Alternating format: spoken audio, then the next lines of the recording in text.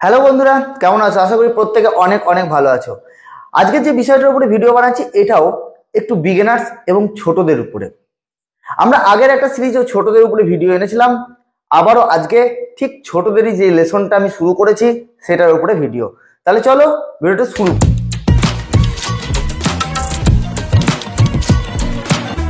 করি। Welcome to my channel motivational art and teaching থেকে আমি অনিরুদ্ধ।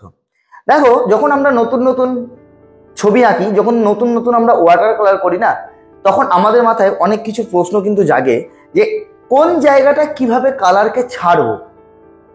দেখা গেল তোমরা কোনো একটা পেসেজ কপি নিয়েছো, কোনো একটা রেফারেন্স নিয়েছো, সেই রেফারেন্সটা তোমরা বুঝতেই পারো না যে কোন জায়গাটা আগে করব, কোন জায়গাটা পরে করব, অ্যাটলিস্ট কোন জায়গাটা আমাকে ভেজাতে হবে আর কোন জায়গাটা ভেজাতে হবে না।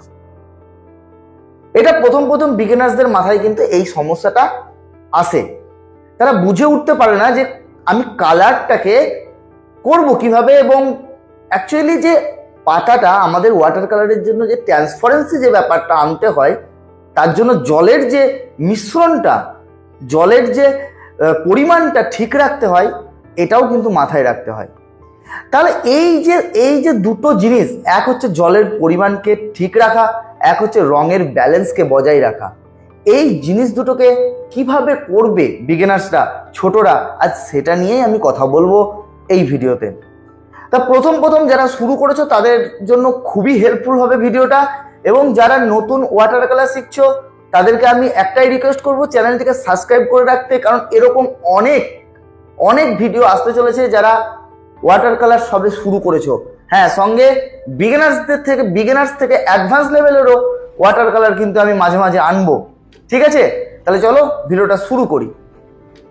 দেখো, প্রথমে আমি ঘরটা বাদে ঠিক ঘরের ওপর অংশটা কিন্তু আমি ভিজিয়ে নিয়েছি, যেখানটায় আমি আকাশ করব আর কিন্তু দূরে ঝোপঝাড় করব। ঠিক আছে, তা তোমাদেরও ঠিক এইভাবে জিনিসটাকে ভেজাবে, কারণ কোনো সময়তেই যে জায়গাটা ঘর, আমাদের মেন যে জায়গাটা ঘর, এই ঘরের মধ্যে রংটা ঢোকাতে দেবে না, তাহলে তোমরা বিগিনার্সরা কিন্তু সামলাতে পারবে না। এটা হচ্ছে মেন কথা। তা আমাকে যেহেতু ব্যাকগ্রাউন্ডে করতে হবে, ব্যাকগ্রাউন্ডটা আমাকে ভিজিয়ে নিতে হবে। দেখো, অনেক রকম গাছ আছে, তা সত্ত্বেও আমি কিন্তু ব্যাকগ্রাউন্ড কিন্তু ভিজিয়ে নিই।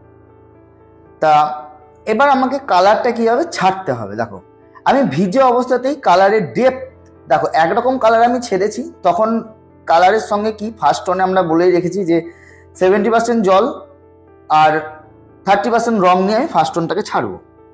তা যেহেতু আমার প্রথমেই আমি ভিজিয়ে রেখেছি, তার জন্য একটু জলকে আমার কম নিতে হবে, তবেই ওই কালারটা কিন্তু ঠিক মতো ফেড করবে, নাহলে পুরোটা গড়িয়ে চলে আসবে। আমি কিন্তু মাঝে মাঝেই কিন্তু জল দিচ্ছি, কারণ পেপারটা একটু শুকিয়ে গেছে, অল্প অল্প শুকিয়ে এসছে বলে। একবারই ওটাকে ভিজে অবস্থায় ছাড়লে দূরের জায়গাটা খুব সুন্দর হবে। আজকের যে পেপারটা আমি ভিডিওটা বানাচ্ছি, সেই পেপারটা হচ্ছে আর্ট এসেন্সিয়ালের পেপার। ঠিক আছে, 300 GSM এর পেপার। এবার দেখো, দূরের যে জায়গাটা একদম এই যে কাজটা করে বেরিয়ে যাব, আর কিন্তু দূরে কিন্তু আমি হাত দেব না। ঠিক আছে, কারণ দূরের জিনিসটাকে দূরে রাখতে গেলে ফার্স্ট টোনেই কিন্তু শেষ করে দিতে হবে, এটা মাথায় রাখে। তা ফার্স্ট টোনেই তোমাদেরকে কমপ্লিট করতে হবে দূরের জায়গাটা, কোথায় ডেপ দেওয়া, কোথায় কি। এবার দেখো, আমি যে আস্তে আস্তে যে কাছের যে গাছগুলো, সেই গাছগুলোতে কিন্তু আমি ডেপথ অংশটা কিন্তু দিচ্ছি, ডার্ক অংশটা দিচ্ছি, কিন্তু এখানেও লাইটকে কিছুটা বজায় রেখে জাস্ট ডার্ক অংশগুলোকে ভরে দিতে হবে, কারণ এটা ডান সাইড থেকে আমার লাইট অফ সোর্সটা এসছে। তার জন্য এই যে গাছের যে নারকেল গাছের যে অংশগুলো, এগুলো কিন্তু লাইটটা কিন্তু ঠিকমতো পৌঁছাচ্ছে না, যার জন্য আমাকে ডার্ক টোনে কিন্তু করতে হচ্ছে। এবার দেখো, নারকেল গাছটা একদম কিছু নেই, সিম্পল কয়েকটা টোন দিয়ে কিন্তু নারকেল গাছটা কিন্তু করা, তোমরা বেশি ডিটেলে যাবে না। ঠিক আছে, এইটা তোমার যে জায়গাটা করছি, এই জায়গাটা কিন্তু শুকিয়ে যাওয়ার পর তোমাকে করলেও হবে, কারণ এইখানটাই তোমার কোনো আর ভিজে অবস্থাতে করার দরকার নেই, কারণ তুমি নারকেল গাছটাকে আলাদা করে করছো। ভিজে অবস্থাতে করার যেগুলো করার সেগুলো আমি দেখালাম, যে দূরের জায়গাটা ভিজে অবস্থাতে করলে কেমন হয়। এবার আসছি আমি ঘরের চালটাতে, জাস্ট প্লেন একটা কালারকে দেবো, তারপর যে লাইনিংগুলো দেখো যে আমাদের দূর থেকে যে চালের যে লাইনিংগুলো হয় সেগুলো কিন্তু পরে দেওয়া হবে। এবার চলে আসবো আমরা আস্তে আস্তে ঘরের নিচের অংশে। ঠিক আছে, একদম নিচের অংশে চলে এলাম আস্তে আস্তে। বাস এবার সামনে জায়গাটা যেহেতু রোদ পড়েছে, এবার আমাকে কিছুটা ওয়ার্ম কালার রাখতে হলো। আমি এতক্ষণ কুল কালার মেনটেন করে করে এলাম, কুল কালারকে মেনটেন করে করে আস্তে আস্তে এবার আমাকে সামনে একটু ওয়ার্ম কালারের কিন্তু লাইট কিন্তু ছাড়তে হচ্ছে। কারণ এই ছবিটাতে যদি সবটাই আমি কুল কালারে রাখতে চাই তাহলে কিন্তু চোখটা একেবারে ওই ফ্ল্যাট একটা হয়ে যাবে, চোখটা মানে ফ্ল্যাট ভাবে যাবে। যদি ওয়ার্ম কালারের লাইটটাকে যদি আমি এখানে ব্রেক করে দিই তাহলে কিন্তু আমাদের চোখটাও অটোমেটিকলি কিন্তু ব্রেক হবে। এই জিনিসটা মাথায় রাখতে হবে। ঠিক আছে, খুব সিম্পল ভাবে যেটা করলাম দেখো তোমাদের সামনে, একদম সিম্পল ভাবে ভিজে অবস্থাতেই কিন্তু এই টোনগুলো দিচ্ছি। যেগুলাই ভিজে অবস্থায় টোন দেওয়ার সেগুলো কিন্তু দিতে হবে, কারণ এই ঘাসটা আবার বেশি হার্ড হয়ে গেলে ভালো লাগবে না, তার জন্য আমাকে ভিজে অবস্থাতেই টোনগুলো কিন্তু দিতে হচ্ছে। এরপরে দেখো ওই জায়গাটাতে যেহেতু এই জায়গায় সামনে আছে, ঠিক আছে, এখানে কিন্তু আমি বেশি হার্ড টোন দেবো না। এই যে আমি ছিটাগুলো দিচ্ছি রঙের, এবার এখানে কিন্তু স্প্রে করে দেবো। স্প্রে করে দেওয়ার ফলে দেখো স্প্রেটা আমি করে দিয়েছি, স্প্রে করে দেওয়ার ফলে কিন্তু টোনটা কিন্তু সফট হয়ে গেল।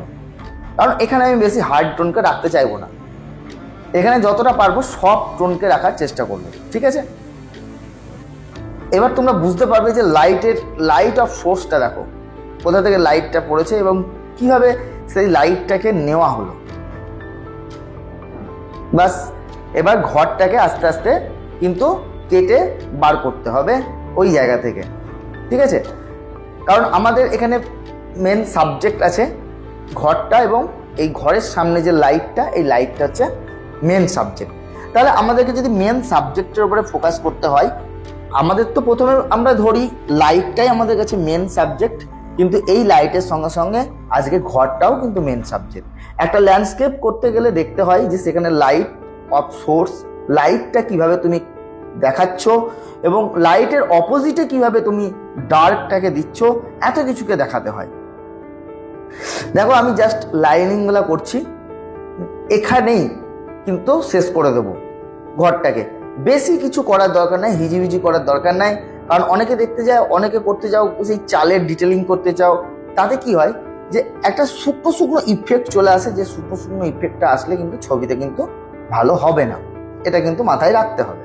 ঠিক আছে, ছবি কিন্তু ভালো হবে না, শুকনো শুকনো ইফেক্ট এই জন্য কিন্তু কখনোই ঠিক না।